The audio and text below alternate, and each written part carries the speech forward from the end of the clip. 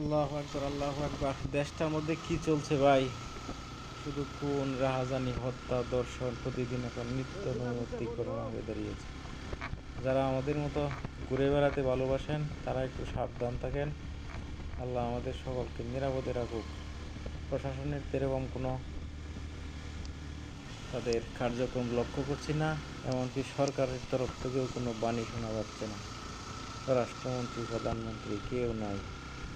দেশে এখন যার যা খুশি তা আবার শুরু করে দিছে।